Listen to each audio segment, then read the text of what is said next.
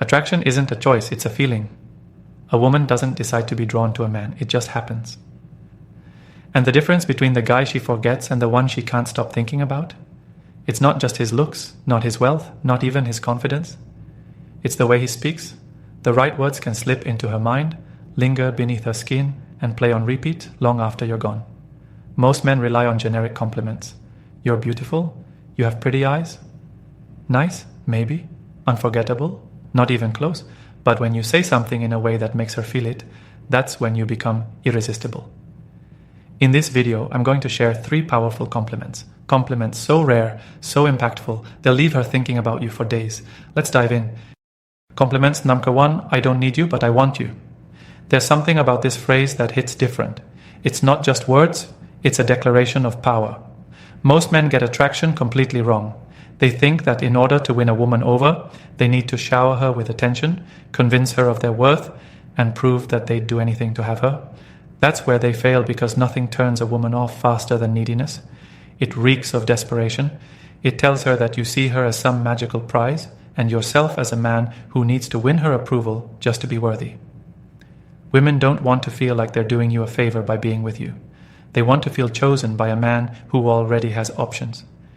That's why the phrase, I don't need you, but I want you, is so powerful, because it shifts the dynamic. It tells her, you are not the center of my world. I can walk away at any time. I choose you because I see something special in you, not because I need to fill some void in my life. And that's the exact energy that makes a woman obsessed. There's a deep psychological reason why women find detachment so attractive. It's called the law of scarcity, the idea that people value what is rare, uncertain, or difficult to attain. Think about it. If a man is always available, always texting first, always eager to please, what happens? He becomes predictable. Expected? Boring. But if a man is confident, focused on his own life, and not easily impressed, now he becomes a challenge. And women are drawn to challenges instinctively. By saying, I don't need you, but I want you, you're sending a subconscious message. I'm a man who has standards. I'm not desperate for love. I don't chase, I attract. And that energy, it's magnetic. Now let's be clear, this isn't about acting like you're too cool for her. It's not about being rude or dismissive or emotionally unavailable. That's where a lot of men go wrong. Confidence is about knowing your worth. Arrogance is about forcing others to recognize it. Big difference.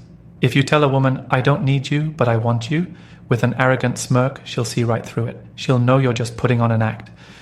But if you say it with genuine confidence, if your actions back it up, if your life is already full of purpose, passion, and personal fulfillment, she will feel it. And that feeling is what makes her unable to resist you. The key to making this phrase work: timing and tone. You don't just blurt it out randomly. You use it in moments when she's trying to gauge where you stand. For example, if she asks, do you really like me? Instead of answering yes immediately, you say, I don't need you, but I want you. If she says, what do you even see in me? Instead of listing reasons like a desperate man, you say, I don't need you, but I want you.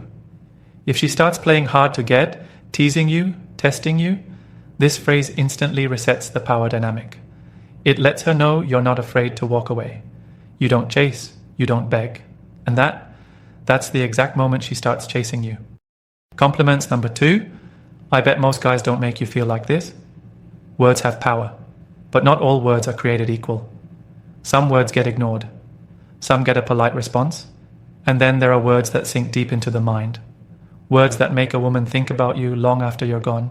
That's what this phrase does. It's not a compliment. It's not a question. It's something far more powerful, a suggestion. When you say, Hodstan, I bet most guys don't make you feel like this, you're planting a thought in her mind, one that she can't help but explore. Now she's wondering, wait, do I feel different around him? What exactly is he doing that other men don't? Why does this moment suddenly feel more intense? And once she starts thinking about it, she starts feeling it even more. That's the power of suggestion. You're not telling her how to feel. You're making her realize on her own that she feels something unique with you. And that realization, it's irresistible. Women don't just fall for words. They fall for the way words make them feel. And this phrase, it triggers something called the contrast effect, a psychological principle that makes people pay more attention to something when it's compared to something else. When you say, I bet most guys don't make you feel like this, you're creating an instant comparison in her mind. She starts thinking back to her past experiences, all the dates, the conversations, the flirty moments, and now she's subconsciously putting you above them all. Because if you weren't different, if you weren't making her feel something rare, why would you even say that? Attraction isn't just about looks. It's about emotional investment. A woman can find a man physically attractive, but if he doesn't make her feel something, he's forgettable. This phrase forces her to engage emotionally, because once she starts thinking about how you make her feel, she's locked in. Now, she's analyzing your words, your energy, the chemistry between you. She's feeling the difference instead of just hearing it, and that's the moment she starts wanting more. Most men rely on surface-level compliments. They tell a woman she's pretty, that she smells nice, that she has beautiful eyes. That's why this phrase is so different. It doesn't focus on her looks. It focuses on her experience with you, and that's what makes it hit hard. But here's the key. You have to back it up. You can't just throw this phrase out there and expect magic. You have to actually create a moment where she feels different around you. This means keeping eye contact just a second longer than normal, slowing down the conversation so it feels deeper, more intense, saying this phrase at the right moment when she's already feeling a spark. If you do this right, she won't just hear your words, she'll feel them, and that feeling, that's what keeps her coming back for more. The key to using this phrase correctly, timing, drop it too early, and it feels forced. Say it in the wrong moment, and it loses its power. Here's when to use it. After a deep conversation, if she's opening up to you, sharing personal thoughts, or laughing more than usual, this is the perfect time. During a moment of chemistry, if you can feel the energy between you shifting, maybe there's some flirting, maybe she's looking at you differently, this phrase seals the deal. Right before you leave, saying this phrase before ending a conversation or parting ways creates a lingering effect. She'll be thinking about it all night. But the best part? It doesn't just make her think, it makes her feel. And at the end of the day, that's what makes a woman chase you. Compliments. Number 3.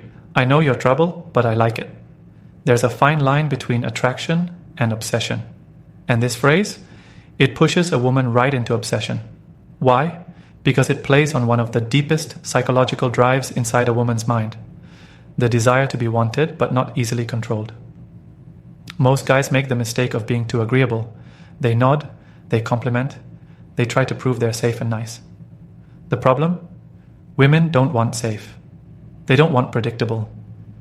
They want a man who sees their wild side and embraces it. That's exactly what this phrase does. When you say, I know you're trouble, but I like it, you're doing something incredibly powerful. You're acknowledging that she's a challenge.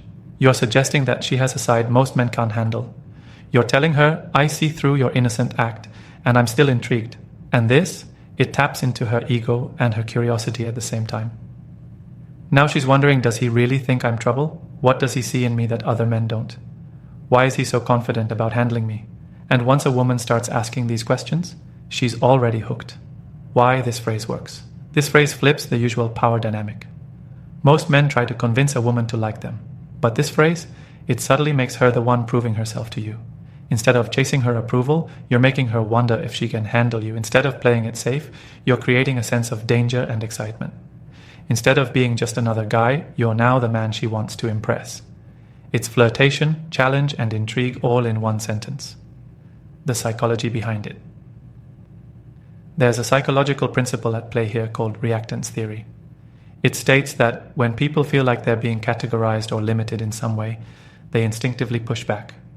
By calling her trouble, you're subtly challenging her identity. Now she has to prove herself to you. She'll start teasing you back. She'll start showing you different sides of her personality. She'll start working for your attention instead of just receiving it. And that shift, that's what makes a woman obsess. How to make it work? The key to making this phrase work is playfulness. Say it too seriously and it'll sound accusatory. Say it too casually and it won't have an impact. You have to say it like you're in on a secret, like you know something about her that even she hasn't fully admitted. How to deliver it with maximum effect? Lock eyes with her. Hold that tension for just a second longer than normal.